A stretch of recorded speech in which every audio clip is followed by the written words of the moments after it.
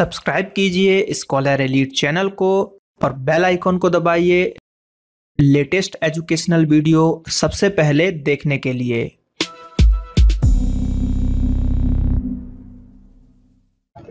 Hello दोस्तों, आपका स्वागत है स्कॉलर एलाइट में। मैं ब्रजेश आपको यहाँ पर जेल पहरी का एक और वीडियो लेके आया हूँ, जिसके अंतर्गत हम पढ़ेंगे 19 जुलाई 2017 के थर्ड शिफ्ट के 20 क्वेश्चन जीके के हम यहाँ पर देखने वाले हैं। और अगर आपका इसका पीडीएफ चाहिए इस वीडियो का, तो आप नीचे डिस्क्रिप्शन में टेलीग्राम ग्रुप की हमारी लिंक है, उसको ज्वाइन कर लीजिए। उसमें आपको इसकी पीडीएफ प्रोवाइड करा दी जाएगी। तो ज़्यादा से ज़्यादा टेलीग्राम ग्रुप को ज्वाइन कीजिए, ताकि जो है आपको सभी इसके अलावा और भी पीडीएफ वहाँ पे मिलती रहेंगी और भी बहुत सारी चीज़ें आपको देखने को मिलेंगी। तो चलिए शुरू करते हैं आज का पहला क्वेश्चन।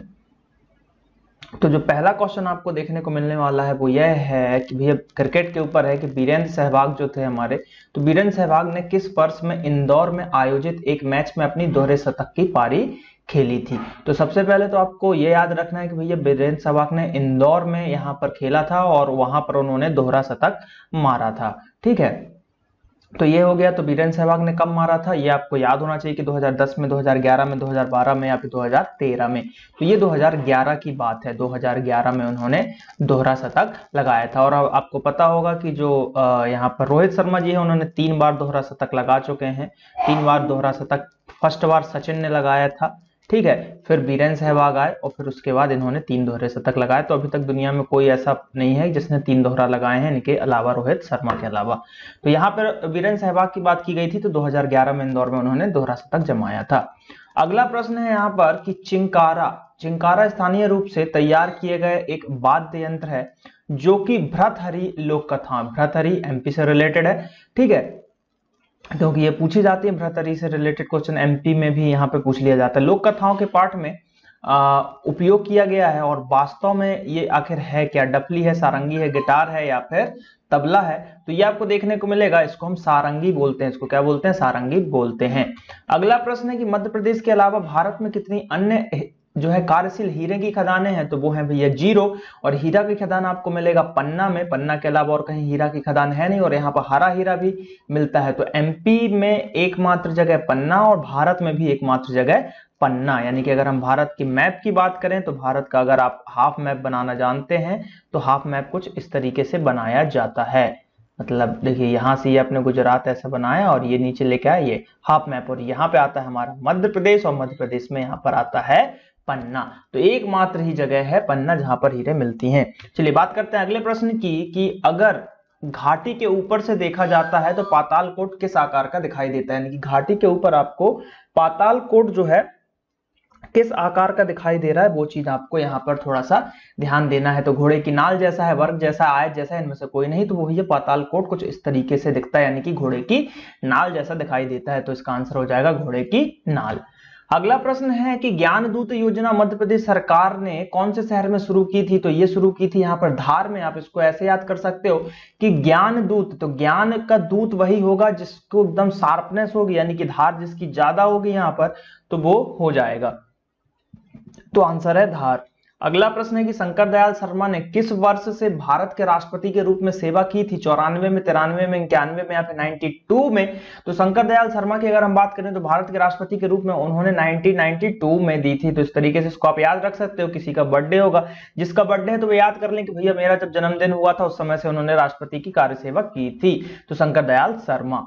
अगला प्रश्न है यहाँ पर मध्य प्रदेश में कला परिषद की स्थापना कब हुई? Most important, very IMP question है ये आपका। ये एसआई में भी पूछा जा चुका है, कांस्टेबल में भी पूछा जा चुका है, जेल पहरी में भी आ ही चुका है, क्योंकि हम जेल पहरी का प्रीवियस ईयर क्वेश्चन पढ़ रहे हैं। तो ये बहुत ही इंपॉर्टेंट है एग्जाम की दृष्टि से कि भैया कला परिषद का कब हुआ था? तो ये हुआ था 1952 में। कब हुआ? 1952 में हुआ। तो इसको बिल्कुल आपको याद रखना है, भूलना ही नहीं है इस क्वेश्चन को। तो अगला प्रश्न है कि निम्न में से कौन सा एक महत्वपूर्ण तांबा अयस्क उत्पादक जिला है? यानी कि तांबा का मेनली उत्पादन यहाँ पे पूछा जा रहा है कि आपको कहां पर मिलेगा। ठीक है, तो ये आपको मिलेगा, तांबा जो है वो मिलेगा बालाघाट में। कहां पर मिलेगा? बालाघाट में तांबा की खदान आपको देखने को मिल जाएगी। ऐसे ही मैग्नीज की पूछा जाती है तो मैग्नीज की आपको मिलेगी भारवेली। ठीक है, भारवेली की जो खदान है वहां पर मिलती है मैग्नीज। तो मैग्नीज भी आपको याद रखना है। और जो तांबा है, तांबा अयस्क, वो मिलता है बालाघाट में। तो आई होप कि ये दोनों आपको क्लियर हो गए होंगे। ठीक है, चलिए अगला प्रश्न, निम्नलिखित जिलों में से कौन सा जिला सोन घाटी में है? सीधी है, शहडोल है, उपरोक्त तो दोनों है, इनमें से कोई नहीं है। तो सोन घाटी में जो जिले हैं वो दोनों हैं आपके, सीधी और शहडोल दोनों हैं। और सीधी जिले से अलग होकर कौन सा बना था? सिंगरौली जिला बना था सीधी से अलग होकर यहाँ पर, तो वो भी उसी के अंतर्गत थोड़ा सा आ जाएगा। अगला प्रश्न है कि निम्नलिखित राजनीतिज्ञों में से किसका जन्म मध्य प्रदेश में हुआ था? नरेंद्र मोदी जी नहीं, अटल बिहारी वाजपेयी, या फिर अरुण जेटली, या फिर मनमोहन सिंह। तो यहां पर अगर आपको आंसर पता होगा तो आंसर ये है कि अटल बिहारी वाजपेयी, जो है ग्वालियर से यहाँ पर रिलेट करते थे यहाँ पर। तो अटल बिहारी वाजपेयी जी का जन्म एमपी में ही हुआ है, जिनका निधन अभी हो गया है। तो ग्वालियर में हुआ है और अभी हाल ही में उनका निधन हो गया है, 16 अगस्त को यहाँ पर निधन हो गया है 2018। तो अटल बिहारी के ऊपर बहुत सारे क्वेश्चन इस बार भी पूछे जाने हैं, तो अटल बिहारी वाजपेयी जी को आपको पूरा पढ़ना पड़ेगा। अगला प्रश्न है कि मध्य प्रदेश कौन सा पत्थर की नक्काशी केंद्र है? मतलब मध्य प्रदेश का कौन सा पत्थर की नक्काशी केंद्र है? भोपाल, ग्वालियर, रतलाम, या फिर मांडू? तो वो है यहाँ पर ग्वालियर। ग्वालियर में जो है ये चीजें आपको देखने को मिल जाएंगी। अगला प्रश्न है कि मध्य प्रदेश सरकार ने राज्य वृक्ष के रूप में बरगद को कब अपनाया था? यानी कि जो बरगद का यानी कि वट वृक्ष जो है हमारा राजकीय वृक्ष माना जाता है, तो उसको कब अपनाया था? तो उसको अपनाया था 1981 में। और पक्षी की बात करें तो दूधराज यहाँ का हमारा राजकीय पक्षी है यहाँ पर, तो ये भी आपको याद रखना है। और बारहसिंगा हमारा राजकीय पशु है। अगला प्रश्न है यहाँ पर कि कौन सी नदी मड़ई वन के मध्य से बहती है? तो मड़ई वन के मध्य से जो बहने वाली नदी है वो है यहाँ पर तवा नदी। तवा नदी जो है मड़ई वन के मध्य से बहती है, तो मेनली इंपॉर्टेंट है। तवा नदी भी क्वेश्चन यहाँ पे पूछ लिया जाता है। अगला प्रश्न यहाँ पर कि सत्यदेव दुबे एक प्रसिद्ध क्या थे? वो सितार वादक थे, नाटककार थे, राजनीतिक थे और वैज्ञानिक थे। आखिर वो क्या थे सत्यदेव दुबे? तो वो एक नाटककार थे। ठीक है, क्या थे? नाटककार थे। अगला प्रश्न है कि हलाली जलाशय मध्य प्रदेश के किस जिले में है? तो हलाली जलाशय जो है मध्य प्रदेश के विदिशा जिले के अंतर्गत आने वाला है, क्योंकि भैया हलाल जो है, हलाल आपको वर्ड से आप देख रहे होंगे कि हलाली यानी कि हलाल करना, यानी कि किसी को मार देना। तो मार देना हमारे देश की प्रथा नहीं है, तो इसको आप विदेश से रिलेट करके याद कर सकते हो कि विदेशों में ये प्रचलन ज्यादा है, तो विदिशा इसका सही आंसर होगा। अगला प्रश्न है केन बेतवा नदी जोड़ने वाली परियोजना मध्य प्रदेश और किस राज्य को लाभ पहुंचाएगी? छत्तीसगढ़, उत्तर प्रदेश, या फिर गुजरात, या राजस्थान?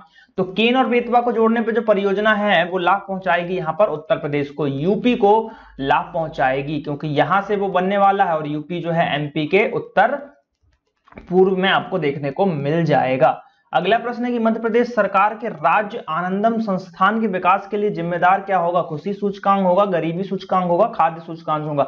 तो हैप्पीनेस इंडेक्स होगा, या पॉवर्टी इंडेक्स होगा, फूड इंडेक्स होगा? किसमें यहाँ पर जिम्मेदारी होगी? तो वो होगी भैया खुशी, क्योंकि बनी सी बात है आनंद यानी कि खुशी जब भी मिलेगी जब आपको आनंद आएगा, है ना। अगला प्रश्न है कि भारतीय वन संस्थान जो है आपका प्रबंधन संस्थान, उसको किस वर्ष में यहां पर स्थापित किया गया था? 75, 80, 70 या फिर 82? तो इसको किया गया था 1982। कब किया गया था? 1982। इसको आपको देखिए इस सीरीज को क्विक रिवीजन में आपको याद करना है, बस एक बार इसको देख लेना है, क्योंकि इसमें से कुछ क्वेश्चन आपको यहाँ पर रिपीट हो सकते हैं। चलिए बात करते हैं अगले प्रश्न की, जो कि 19वें नंबर का प्रश्न कि शाही किला कहां पर स्थित है? तो शाही किला की बात की जा रही है तो बुरहानपुर है, चंदेरी है, यहाँ पर होशंगाबाद है, और यहाँ पर मांडू की भी बात की गई है। तो शाही किला जो है वो आपको देखने को मिलेगा यहाँ पर बुरहानपुर में। कहां पर मिलेगा? बुरहानपुर में आपको देखने को मिलेगा। तो आई होप कि ये क्लियर हो गया होगा। अगला प्रश्न है कि मध्य प्रदेश जो है आपका देश में सबसे बड़ा किसका उत्पादक है यहाँ पर? तो देखिए यहाँ पर एक ही ऑप्शन आपको मिल रहा है सोया, और इसको हम सोया स्टेट भी बोलते हैं। एमपी को क्या बोलते हैं? सोया स्टेट भी बोला जाता है। तो सोयाबीन का उत्पादन यहाँ पर होता है, लगभग 80% आपको यहाँ पर देखने को मिल जाएगा। तो इसका सही आंसर है सोयाबीन। तो 20 क्वेश्चन यहाँ पे समाप्त होते हैं। आई होप कि वीडियो अच्छा लगा होगा। अगर वीडियो अच्छा लगा तो लाइक कीजिए, कमेंट कीजिए, शेयर कीजिए अपने दोस्तों के साथ, और आप सभी को शिक्षक दिवस की शुभकामनाएं फिर से। चलिए मिलते हैं अगले वीडियो में कल सुबह 11 से 12 बजे के बीच में एक और वीडियो आपको मिलेगा, और ऐसे ही आप वीडियो देखते रहिए और एग्जाम को क्रैक कीजिए। चलिए मिलते हैं अगले वीडियो में। Thank you. जय हिंद, जय भारत।